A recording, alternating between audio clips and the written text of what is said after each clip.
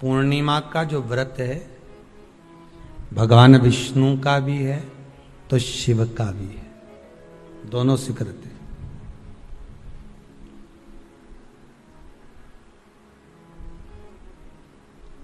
दोनों स्वीकृत है। जिसका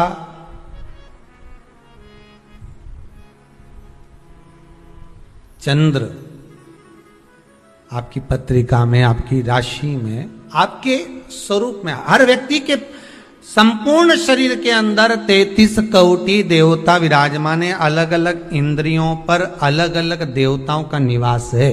कभी मौका मिले तो अच्छे से उसको समझना। पूरे शरीर में अलग अलग इंद्रिय पर अलग अलग देवता। जिस व्यक्ति को रात्रि में, जैसे ही रात हो या दिन हो, भोजन करने के 15 मिनट के बाद ही नींद की झपकी आ जाए, समझ लेना चंद्र कमजोर पड़ गया, चंद्र गड़बड़ हो गया। बहुत ध्यान सुनिएगा जरा। पूर्णिमा का व्रत किसके लिए, वो भी ध्यान से दीजिए। शायद आपने कभी सुना ना सुना, पर अच्छे से सुन लोगे ना ये व्रत कथा, बार बार नहीं मिलने वाली। फिर इसके बाद तो तुम भले वो फिर फेसबुक यूट्यूब पर बाद में निकाल के भले सुनते रहना, पर सुन लो पूर्णिमा के व्रत का महत्व पूरा। एक, भोजन के बाद जब नशे जैसा माहौल हो जाए, आपको बिल्कुल कोई छेड़े ही नहीं, सोई नींद आएगा,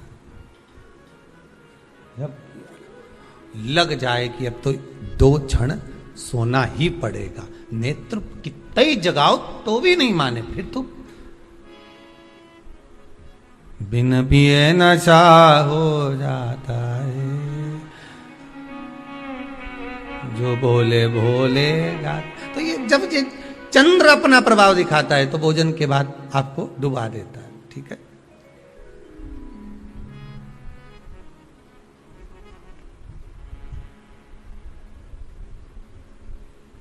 एक बहुत सरल भाषा में कहेंगे, आपको थोड़ा समझना पड़ेगा कि कहीं कहीं आपने सुना होगा कि 14 और पूर्णिमा पे कहीं गया होगा इसलिए ऐसा हो गया।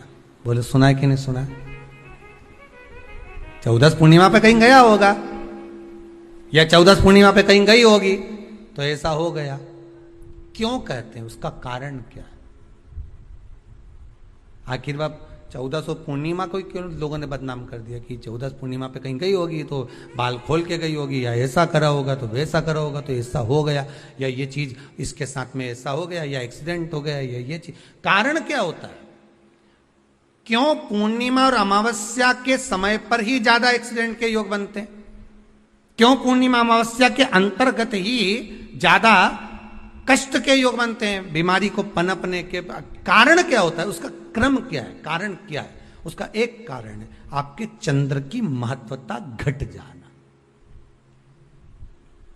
जब चंद्र की महत्वता घटती है तब जाकर शरीर में कहीं ना कहीं रोग की मात्रा बढ़ जाती। रोग अपना प्रभाव चंद्र के कारण दिखाना प्रारंभ, पर मन में बेचैनी नहीं हो, बेचैनी रहे, नींद नहीं आ रही है, कुछ मन में ऐसा लग रहा है कि कुछ होने वाला है, मन में स्थिरता नहीं आ रही, समझ लेना कि चंद्र गड़बड़ हो गया है। अब इस चंद्र को साधना है तो शिव तत्व में जाना पड़ेगा। फिर कुछ मत करिए, पूर्णिमा का व्रत चालू कर दीजिए। क्या करना है? केवल पूर्णिमा का व्रत चालू कर दो। और कितना प्रभाव है पूर्णिमा के व्रत का? घर में 50 लोगों का परिवार है, 15 लोगों का परिवार है, 20 लोगों का परिवार है, और परिवार में से अगर एक पुरुष या एक स्त्री कोई भी पूर्णिमा का व्रत करता है तो पूरे परिवार के लोगों का चंद्र संवर जाता है, पूरे परिवार के लोगों का चंद्र सुधर जाता है। पूर्णिमा के व्रत का इतना प्रभाव शास्त्र कर रहा है, स्कंद पुराण कर रही है। पर व्रत कब से लेना है पूर्णिमा का? चैत्र की पूर्णिमा से। ठीक है, नहीं तो तुमने सोचा इतना महत्व सुना है पूर्णिमा के व्रत का तो मैं तो आज से नहीं खाऊंगा, छू आज से ले लो। तो ये हर कोई सब तुम्हारा मर्जी पड़े, तुम तो आधी रात को उठ के भोजन करने लगो, तो ये कहीं वर्णन नहीं है। तुम तो आधी रात के नहा लो, तो ये कोई महत्व? तो हर चीज का एक समय होता है कि इतनी बजे उठना, इतनी बजे मंजन करना, ऐसा करना, भोजन करना, ये समय पर फलाहार करना, ये समय पर ये, तो ये सब चीज का एक समय होता है, हर चीज का एक समय। अब कथा तुम दिन में सुन लो, शाम के सुन लो, अब आधी रात को तुमको कोई उठा के 1 बजे रात के उठ, भेरू उठ जा, कथा सुन ले, तो भेरू उठेगा? और आधी रात को भेरू उठ भी गया ना तो तुम्हें भेर भी बना देगा। हा? कथा सुनने वाला है। हर चीज का एक समय होता है कि आपको ये समय पर आपको ये ग्रहण करना, आपको इस समय पर भगवत स्मरण करना, आपको इस समय पर नाम जाप करना, आपको इस समय पर भगवान की भक्ति को धारण करना। परिवार में अगर किसी ने एक पूर्णिमा का व्रत कर रखा है, एक व्यक्ति ने भी करा है, तो 50 की ग्रह दशा जब उसके स्पर्श में आती है, पूर्णिमा का जो व्रत होता है ना, स्पर्श का सुख दे जाता है। बहुत बहुत ध्यान दीजिएगा। जैसे आपने किसी ने पानी मांगा, आपका पूर्णिमा का व्रत है, और भले आप उठ के पानी लेने नहीं गए क्योंकि आपका व्रत है, क्योंकि जिसका व्रत होता है बेचारी वो तो ज्यादा कुछ करती नहीं पाती, पर किसी ने आपको पानी लाकर तो दिया ना। अब पानी लाकर जिस व्यक्ति ने दिया उसका स्पर्श तो हुआ ना। ये अभी गई थी ना दूसरी लहर कोरोना महामारी, इसको देख लो, इसको टच किया, इससे टच होकर उस पर गया, उससे टच होकर उस पर गया, तो ये कोरोना महामारी। अब जब ये कोरोना महामारी टच करने से फैल सकती है, तो व्रत का पुण्य टच करने से क्यों नहीं बढ़ सकता? विचार करिएगा जरा, उसका भी तो पुण्य। अब आपने किसी को जल दिया, जिसका व्रत था उसको जल दिया। और सरल भाषा में समझ लो, कभी मथुरा वृंदावन गए हो आप लोग? अगर मथुरा वृंदावन गए होगे, उज्जैनी गए होगे, काशी गए होगे, कहीं तीर्थ में गए होगे, या कभी कुबेरेश्वर धाम कभी आप लोग आएंगे जाएंगे, कभी आपको ज्ञात होगा, तो कभी आप लोग दर्शन करेंगे कि जब भोजन प्रसाद होता है तो लोग उसको बांटने के लिए देते हैं कि कोई आया है तो उसको कुछ प्रसाद मिल जाए, भंडारे की प्रसादी मिल जाए। तो भंडारे की प्रसादी जब वो खाता है, उसका स्पर्श होता है, स्पर्श होता है तो जिसने भोजन किया उसका पुण्य जो दे रहा होता है उसके खाते में चले जाता है।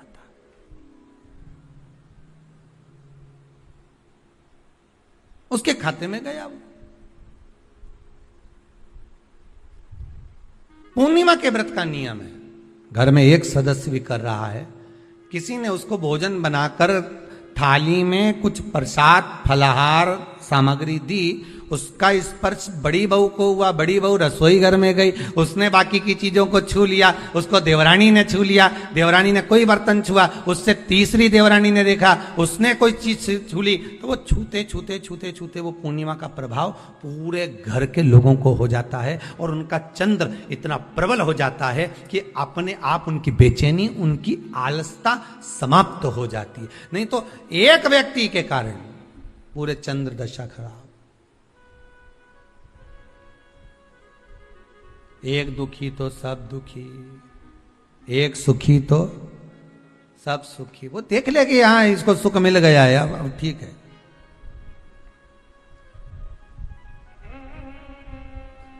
जब बेचैनी लगे, 1400 पूर्णिमा आए और आपको लगे बेचैनी बहुत ज्यादा है, मेरे को थोड़ा बेचैनी, ना जाने क्यों ऐसा होता है कि 1400 पूर्णिमा आई और मेरे को बेचैनी, तो समझ लेना कि चंद्र गड़बड़ है। फिर क्या करना है?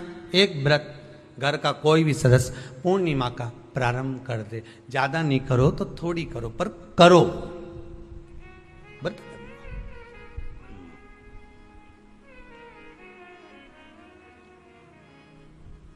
बहुत क्लेश हो रहा हो, बहुत क्लेश हो रहा हो, तो पूर्णिमा के दिन खीर का भोजन प्रत्येक महीने में एक बार ऐसा नियम बना लो, अपने दीवार पे लिख लो कि पूर्णिमा है और पूर्णिमा के दिन घर में खीर बनना ही है। केवल शरद पूर्णिमा अकेली पे नहीं हो, तुम एक पूर्णिमा पे तो बनाते हो खीर, शरद पूर्णिमा के दिन तो खूब जोरदार बना बोनो के ना डोलची के छत पे धर दो, उठा के भगवान ही धर दे, कहीं कहीं तो छत पे बनाए। तो बच्चे पूछ ले मम्मी ये छत पे क्यों रखी है, तो क्या अमृत गिरेगा?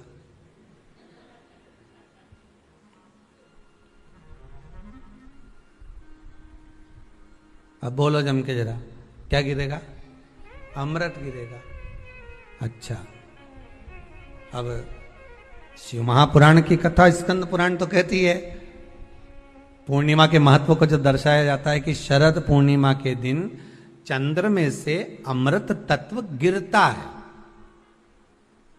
गिरता है। पर कब गिरता है?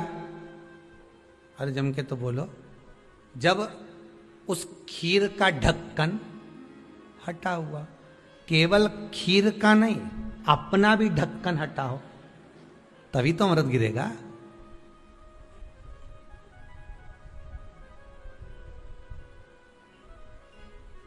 अब दिमाग में तो ढक्कन बंद है, खीर रख दी छत पे। भगवान मन में सोच रहे कि देवताओं को अमृत कब मिला था? जब उन्होंने मेरा नाम पुकारा था।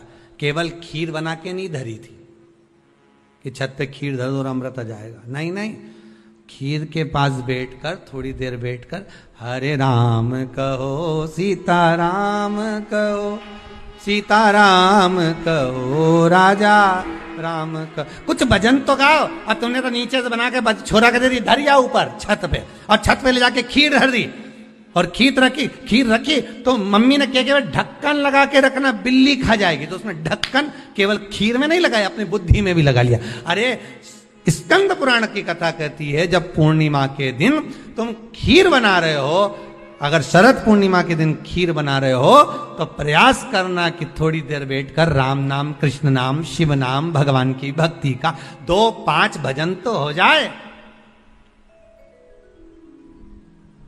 अब दिमाग में लगा ढक्कन, खीर में भी लगा दो ढक्कन, अमृत कहां से झड़ेगा? भगवान भी सोचे, ना राम नाम लीनो तूने भरी जवानी में, तो डूब के मर जा रे चुल्लू भर पानी में। अब भगवत भजन करे नहीं और क्या कि अमृत झड़ेगा?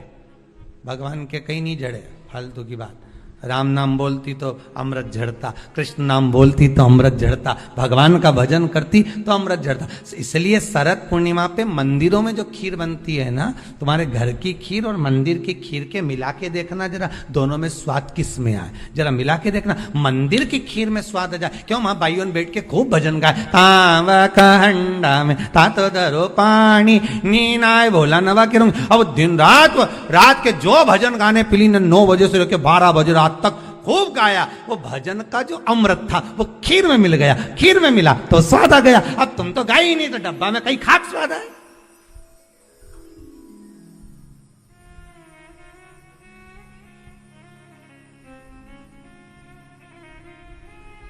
अब रात्रि को छोरा से क्या, जा खीर उठाना नीचे, जो खीर लेके आया ने खा के देखी तो ये खीर तो फटी गई। अब खीर ही फट गई। छोरा से 2 धर के दिया, कर तो ढाक के नहीं आया था? नहीं ढाक के आया। तो इसमें तो मैंने वो चिरौंजी डाली थी, दाग चिरौंजी, पर ये बिजली का कीड़ा होने कहां से? और डाली थी दाग चिरौंजी, आ गए हम। उस समय पे बिजली का कीड़ा बहुत चले, शरद पूर्णिमा के टाइम पे काला वाला, और एक ही आ जाए नहीं तो पूरा इलायची का स्वाद दे जाए। अब डाली थी दाग चिरौंजी, आ गया वह कीड़ा बिजली का। अब छोरा को कूट रही, अब उसको कूटने से क्या हो? ये तो उसी में का हाल नहीं हो गया। एक बच्चा घर आ गया दौड़ के, माता जी ने पूछा क्यों तू वापिस घर क्यों आ गया? स्कूल नहीं जा सकता था? स्कूल में बैठने का कहा था ना तेरे को, क्लास में बैठने का कहा था तेरे को, तो घर में क्या कर रहा है कि नहीं जाना मेरे को स्कूल? तो क्यों नहीं जाना?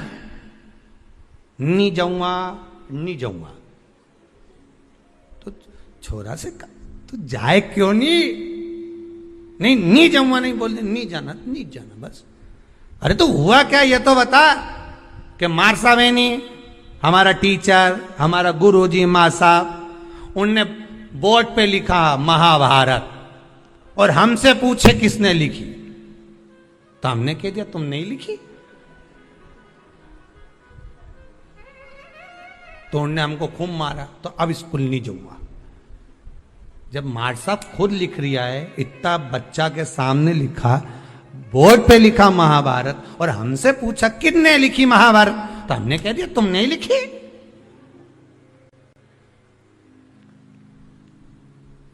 और उनने तो हमको टेबल पे खड़ा करने खूब दोचा, जैसे मंदिर के घंटा हो, खूब बजाया, खूब मारा।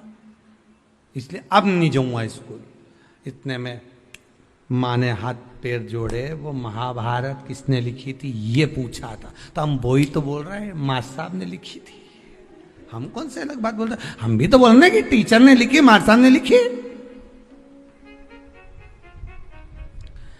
तू नहीं सुधरेगा कभी जिंदगी में। हम तुमसे इतना सा पूछ रहे हैं, महाभारत किसने लिखी? माँ साहब ने लिखी, टीचर ने लिखी। और देखो मम्मी, भाई सुन ले, आई तू भी सुन ले, अब बार बार महाभारत की मत पूछना मेरे से। एक बार बोलती मैंने उनने लिखी, उनने लिखी, उनने लिखी, अब बार बार मत पूछना। पिताजी आ गए दुकान से, खेत से, कह रहे छोरा आज तो स्कूल नहीं गया? गया था। तो फिर बस सन ने खूब मारे, तुम भग आया। क्यों भग के आया? ऐसा क्या कर दिया तूने? तो मार साहब खुद लिखे, बोर्ड पे लिख दी महाभारत, और मुझसे पूछ रहे महाभारत किसने लिखी। मैंने भी कह दी तुमने ही लिखी। तो मार साहब ने खूब मारा, मैं अब नहीं जाऊंगा। तो पिताजी बोले रे मूर्ख, तुझे बता देना तो महाभारत किसने, तो वही तो बताया कि मां साहब ने लिखी। पिताजी भी क्या बोलेगा। हम भी इसी भ्रम में महाराज, हम सोचे कि हम बस खीर में अमृत झड़ेगा। भगवान के जब झड़े जब राम बोले, अमृत जब झड़े जब कृष्ण बोले, अमृत जब झड़े जब भगवान का भजन होवे। केवल खीर बना के डब्बा को छत पे रखने से अमृत नहीं झड़ता। भगवान के भजन के साथ अमृत तत्व की जो प्राप्ति होती है, तो वो आनंद ही दूसरा हो। किसी ने भजन में गाया है, आपने सुना होगा, अमृत है हरि नाम प्रभु का, अमृत है हरि नाम प्रभु का, इसे छोड़ विष पीना क्या, हरि नाम नहीं तो जीना क्या, प्रभु नाम नहीं तो जीना क्या। ये अमृत तत्व भगवान की भक्ति का होना चाहिए। ये अमृत तत्व परमात्मा की भाव का, निर्मलता के भाव का होना चाहिए। तो स्वाद। मेरा निवेदन है, अगर तुम्हारे घर में अशांति ज्यादा होती है, क्लेश बड़ा ज्यादा होता है, आप पूर्णिमा का व्रत करें ना करें, पर पूर्णिमा को खीर प्रसाद घर में अवश्य बना।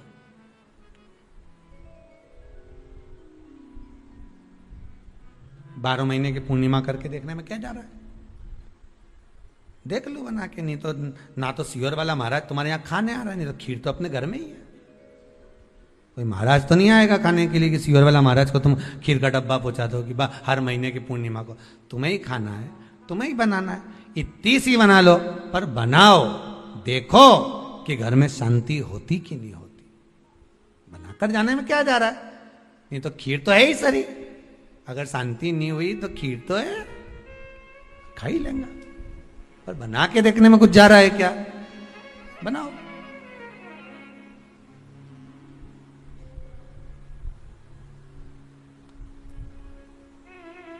उसकी महत्वता को जानना है। ये जो हवन में, यज्ञ में खीर की जो आहुतियां छूटती हैं, ये इसका महत्व बहुत है महाराज। आप समझें ना समझें वो आपकी जगह पर आपके यहां जब विद्वान ब्राह्मण, कोई विद्वान ब्राह्मण आपके यहां जब यज्ञ कराने आए, हवन कराने आए, वास्तु पूजन कराने आए, जब माता रानी का हवन, किसी भी रूप का यज्ञ कराने के लिए आए और वो खीर की आहुतियां जब छुड़वाए, तो आप पूछना कि खीर की आहुति का फल कितना, लाभ फल कितना। पूरे यज्ञ में वो खीर की आहुतियां लक्ष्मी के लिए जो दी जाती है, वो लक्ष्मी की वृद्धि कर देती।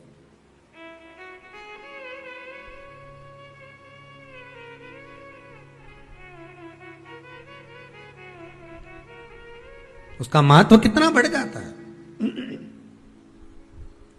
उसका महत्व कितना प्रबल हो जाता है। फिर क्या होगा, बनाइए एक बार।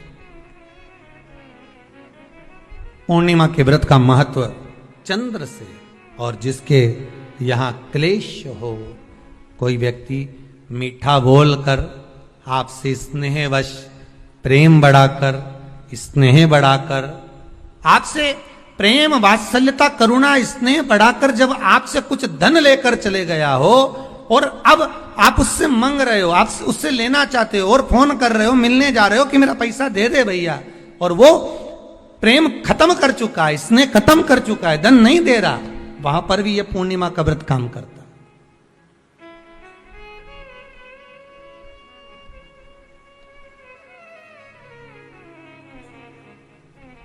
वहां पर भी पूर्णिमा का व्रत काम करता है। कहा व्रत करने वाला व्यक्ति जो पूर्णिमा का व्रत करता है, चावल का, अक्षत का, श्वेत वस्त्र में, सफेद कपड़े में अक्षत रखकर, जो जिससे धन लेना है प्रेम वश लेकर गया है, स्नेह वश लेकर गया है और नहीं दे रहा है, उसका स्मरण कर कर ब्राह्मण देव को दे देने पर भी महाराज चंद्र की दशा सुधर कर लक्ष्मी का भाव वापिस प्राप्त हो जाता, पुनः वापिस। ग्रहण अगर पड़ता है तो परिवार में, शास्त्रों में ऐसा वर्णन आता है कि गेरू, गेरू मतलब लाल चंदन। कौन सा चंदन, जम के बोलो जरा, लाल चंदन। ये गेरू तो बाद में आप लोगों ने उधर पे लगाना चालू करा, पर नियम ये है कि गर्भ में अगर बच्चा रहता है तो ग्रहण पड़ता है, चंद्र ग्रहण पड़े, सूर्य ग्रहण पड़े, तो जो नारी का गर्भ रहता है, भले वो 3 महीने का हो, 2 महीने का हो, 1 महीने का हो, 8 महीने का हो, 9 महीने का हो, 10 महीने का, नारी का अगर गर्भ है तो बुजुर्ग लोग भी कहते हैं, उनको ये भले नहीं मालूम होगा कि क्यों गेरू लगाते, गेरू नहीं, लाल चंदन की 3 रेखा नारी को अपने पेट पर खींच लेना चाहिए। क्या होता है तो कहा बच्चा विपरीत पैदा नहीं होता, बच्चा स्वतंत्र स्वस्थ अच्छा पैदा होता है। पूर्णिमा के नारियों को, स्त्रियों को अखंड सौभाग्य के लिए, जो नारी वैधव्य नहीं होना चाहती है, उस नारी को पूर्णिमा के कितने व्रत करना चाहिए। जिस नारी के यहाँ संतान नहीं हो, औलाद नहीं हो, उसको पूर्णिमा के कितने व्रत करना चाहिए। जिस नारी का पुत्र, पति बहुत बीमारी से ग्रसित हो, लग रहा हो कि ये मेरा बेटा बहुत बड़ी बीमारी में घिरा हुआ है, तो नारी को कितने व्रत करना चाहिए। स्वयं भगवान कृष्ण ने माता यशोदा को द्वापर में भी बताया है कि पूर्णिमा के 32 व्रत होते हैं। कितने व्रत होते हैं? 32।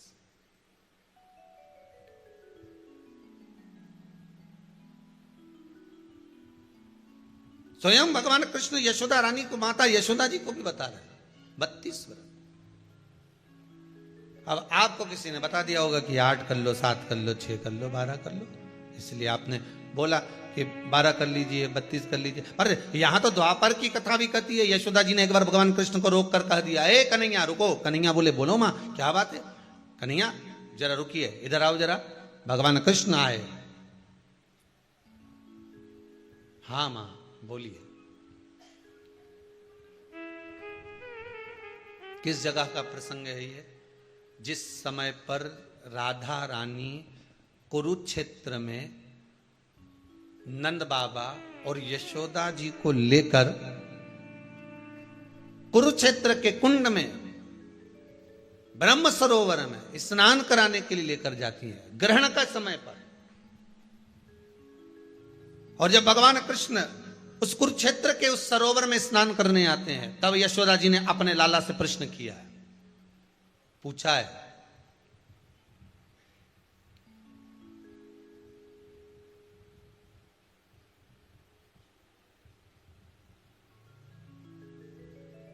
कि नारी वेधव्य होकर ना मरे।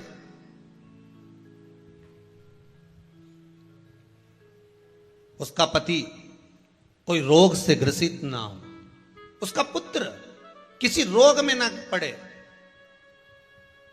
अरे भाई कितना सुंदर संवाद लिखा है। अगर किसी माता का पुत्र मान लो किसी नशे में डूबा हुआ है, कोई नशा कर रहा है और गलत नशा है, आपको लग रहा है कि ये नशे में डूबा हुआ है, आपको लग रहा है कि ये गलत जगह पर डूब गया है, आपको लग रहा है कि मदिरापान में, मांसाहार में या अधिक गांजा आदि का जो भी नशे होते हैं, जितने भी नशे, उसमें डूब चुका है। और माँ उसको समझा रही है, तू नशे में मत डूब, तू इस काम को मत कर, तू ये गलत कर्म मत कर। माँ उसको समझा कर हार गई। तो मेरा माताओं से निवेदन है, आप उसको समझाना बंद कर दो, एक काम करना प्रारंभ कर दीजिए। हमें जो शिव महापुराण के माध्यम से शास्त्र कह रहा है कि आप 32 पूर्णिमा के व्रत प्रारंभ कर दो। उसमें करना क्या है आपको? केवल जिस दिन व्रत रहे, रात्रि के समय पर कोई भी मीठा, कुछ भी सामग्री आप चंद्र की रोशनी में, चंद्र को अर्घ देने के बाद, पूजन करने के बाद उसको रखो, और वही सामग्री जो नशा कर रहा है उसको पूर्णिमा के दूसरे दिन उसको खिलाओ।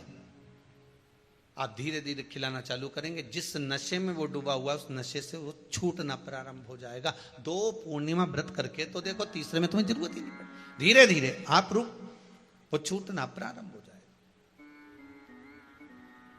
स्वयं भगवान कह रहे हैं, यशोदा मैया ने कन्हैया को रोक लिया कुरुक्षेत्र के उस मैदान में,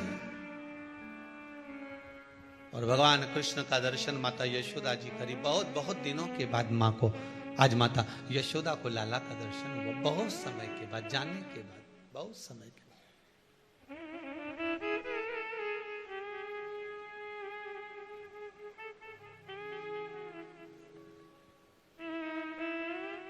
महापुराण की कथा कहती है, महाराज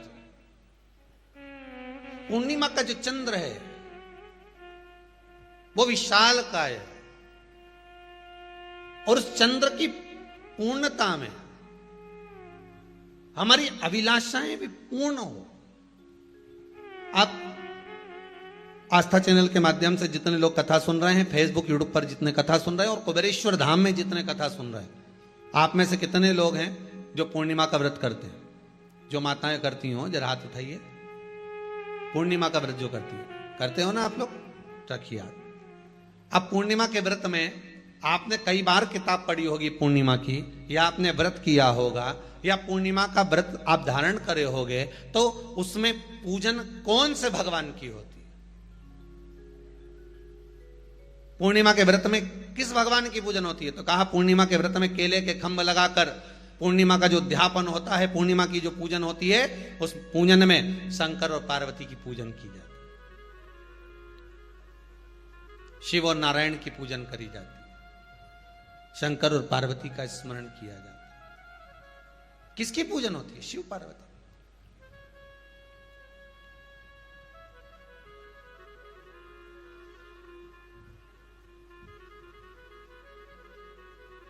क्यों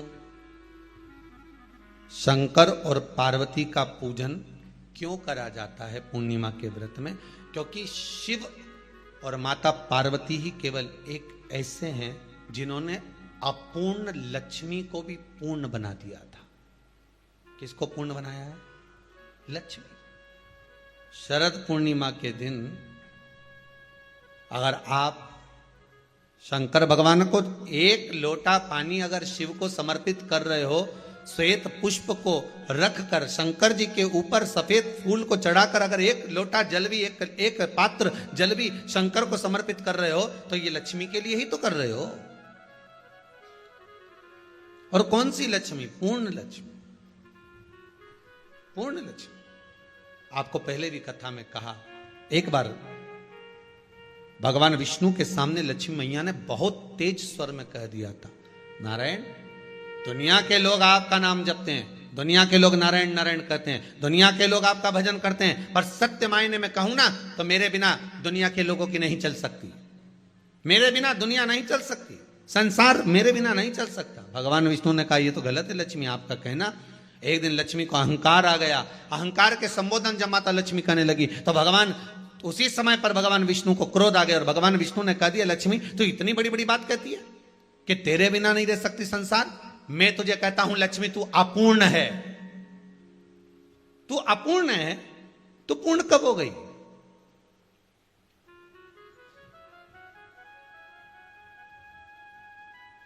तेरी पूर्णता कहां हो गई? लक्ष्मी की आंख से आंसू बहने लगे। आज आपने मुझे अपूर्ण कहा है। आपको मालूम है आप मुझे अपूर्ण कह रहे हो? आपको ये ज्ञात हो रहा है आप मुझे अपूर्ण कह रहे हो? भगवान कहते हैं हाँ लक्ष्मी मैंने तुझे अपूर्ण कहा है। अपूर्णता का मतलब आप जानते हो नाथ? भगवान कहते हैं लक्ष्मी मैं सब जानता हूं। लक्ष्मी रोती हुई माता सरस्वती के पास पहुंच गई। सरस्वती ने पूछा क्या बात है लक्ष्मी, क्यों रो रही हो? लक्ष्मी जी ने कहा क्या बताऊं सखी, मेरे पति ने आज मुझे अपूर्ण कह दिया है। तो क्यों रो रही है तू? अपूर्ण अगर कह दिया, पति ने ही तो कहा है ना, तो क्यों रोना? चल मेरे साथ में। और सरस्वती मैया माता लक्ष्मी को लेकर सीधे पहुंच गई माता पार्वती के यहां। माता पार्वती के यहां जब पहुंची है, माता पार्वती जी ने लक्ष्मी जी को देखा और सरस्वती को देखा तो पूछा कि बात क्या है, क्या हो गया ऐसा, क्या हुआ, क्या है ऐसा जो तुम दोनों आज मेरे पास में आई? क्या हुआ? पार्वती जी कुछ बोलती, शिव जी का ध्यान माता सरस्वती की ओर और लक्ष्मी की ओर गया और भगवान शंकर जान गए कि आज भगवान नारायण ने लक्ष्मी जी को अपूर्ण कहा है। अब देखें माता पार्वती क्या कर सकती है, इसको पूर्ण बनाने के लिए करेगी क्या? क्या हुआ? माता सरस्वती जी बोली लक्ष्मी को अपूर्ण कर दिया। अपूर्ण कर दिया? हाँ, तो क्या सोचना उसके लिए, इसको मैं अभी पूर्ण बना देती हूं। माता जगत जननी पार्वती ने गोदी में विराजमान गणेश जी को उठाया और उठाकर लक्ष्मी जी की गोद में दे दिया। ले लक्ष्मी, आज से तू पूर्ण हो गई। लक्ष्मी आज से तू पूर्ण है। गोदी में जब तक संतान नहीं है तो नारी को लोग अपूर्ण समझते हैं, पर माता पार्वती जी ने संपूर्ण ब्रह्मांड में एक सिद्धता प्रदान कर दी कि अपने गोदी के लाल को, अपने गोदी के पुत्र को माता ने लक्ष्मी की गोद में देकर लक्ष्मी को